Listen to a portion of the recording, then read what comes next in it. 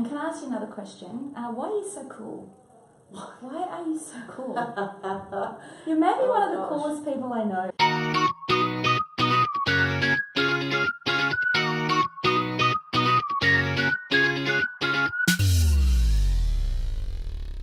Okay, tell us your name. Catrina Henderson. And where were you born and bred, Catrina? Well, I was born in Lismore in the northwest of New South Wales, up in Koala country. And I grew up in Wollongong, but I obviously now live in Sydney. Do you have a favourite little place to visit in Wollongong? Besides my mum's house, because the food is very good there, which is in Russell Vale, I think probably my favourite place would be probably Bulli Beach, where I first started to get to know Jesus. How did you get to know Jesus at a beach?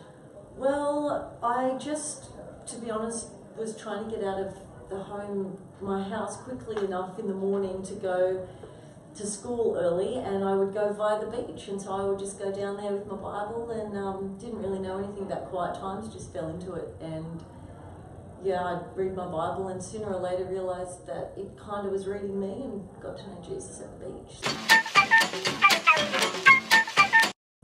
There's a possibility that I may or may not sniff Bibles, particularly if they're leather, but I smell lots of books, most printed material actually. Could you explain why, or is that just still a mystery? They smell so good. Okay, you They really love good. it. Yeah. Do you have lots of books? I have a lot of books. Describe your bedroom. Look, my bedroom could be likened to a cross between a library and a museum. Is there any other little quirky habits that you might have? Look, I read a lot. I'm a little bit obsessive. I'm a runner. I like to run. It's my obsession. Outside of reading. And I've heard you don't miss a Monday. Is that I true? never miss a Monday. Why's that? I've got this little thing that if I can do my long run on a Monday, I can do anything for the rest of the week. Wow, good. And works? It works. Anything else that you could give us as a tip that works to get you going for the week? Besides running, you mean? Yeah. Just having some space time. I'm an introvert, so I need a little bit of space on my Monday. Doesn't matter how long it is, as long as I get some little introvert time, then I'm good for the rest of the week. Do you have any degrees? Go to university?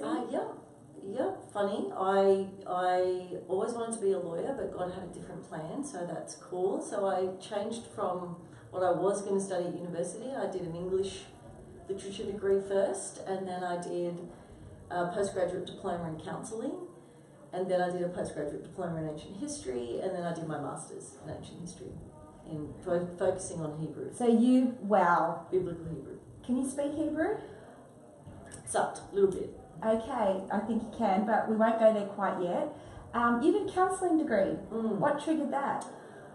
Well, being a client actually triggered that. So I spent a little bit of time with an amazing woman who was a counsellor, a little bit of time, a year, almost every week. And I'm the kind of person who likes to figure stuff out and solve problems. And so through the process, I was like, this is interesting. This works. This is very fascinating. So I kind of looked into it a little bit and thought I might be able to help some people if I learned how to do it.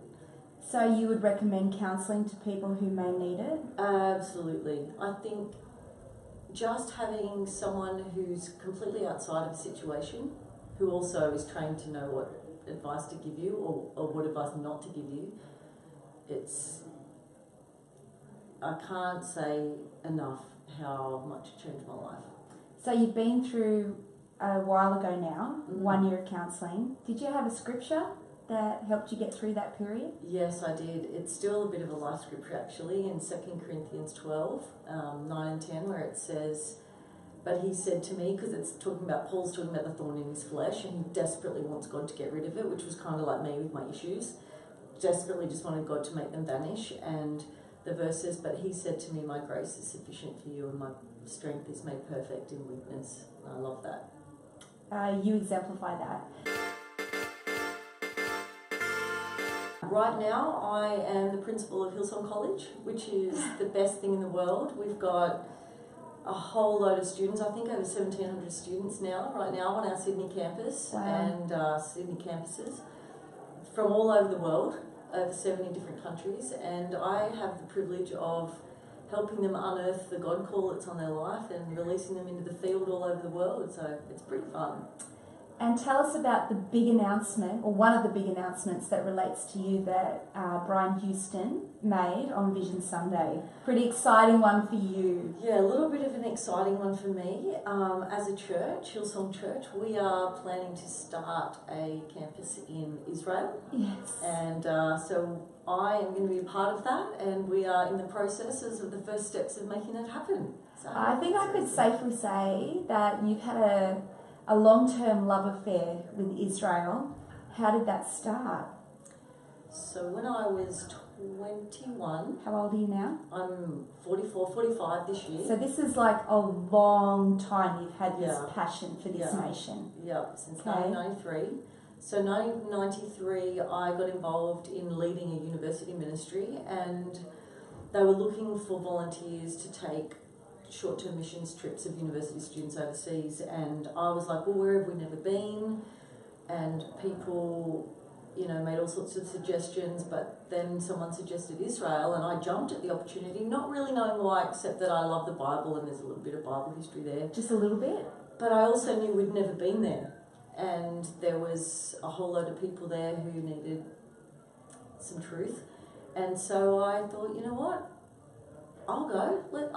And so, funnily enough, from the first moment I kind of got off the plane and we were driving from the airport to Jerusalem where we were staying at first, I just felt at home. It was the weirdest feeling, and I stayed there for a month that first trip and didn't want to leave, and it's pretty much been like that ever since. Last year, I had the privilege of going twice as a part of something we were doing as a church on 2 different occasions, and that was the first time I got to go as a part of something official from our church, and that was next level. That was exciting. Best thing ever. Yeah. So selfishly, could you please confirm my deepest heart's desire that you will still call Australia home? I'm an Aussie girl at heart. I'm an Aussie kid. Absolutely. Australia's my home. So you might live in Israel and you might be building a church in Israel, Right. but you always know you can come home, right? Yes, I will. Even for a visit. I will come for many visits. If you could just leave me with a book tip, what is one of the books that you've read in the last couple of years that you would say, Jules, you have to read this book, and why? Wowzers. Gosh, I've read a lot of books in the last couple of years. Sorry, big question. Okay, let's narrow it to the last 6 months. Look, I read a really short book on my summer holiday called Cave Refectory Road, and it's kind of about the old school monks and how they practiced prayer and reflection and Wow. quietness in the presence of God, and it's beautiful. That or Finding Sanctuary, written by an abbot. Beautiful. Thanks. Great job. So, You're a natural.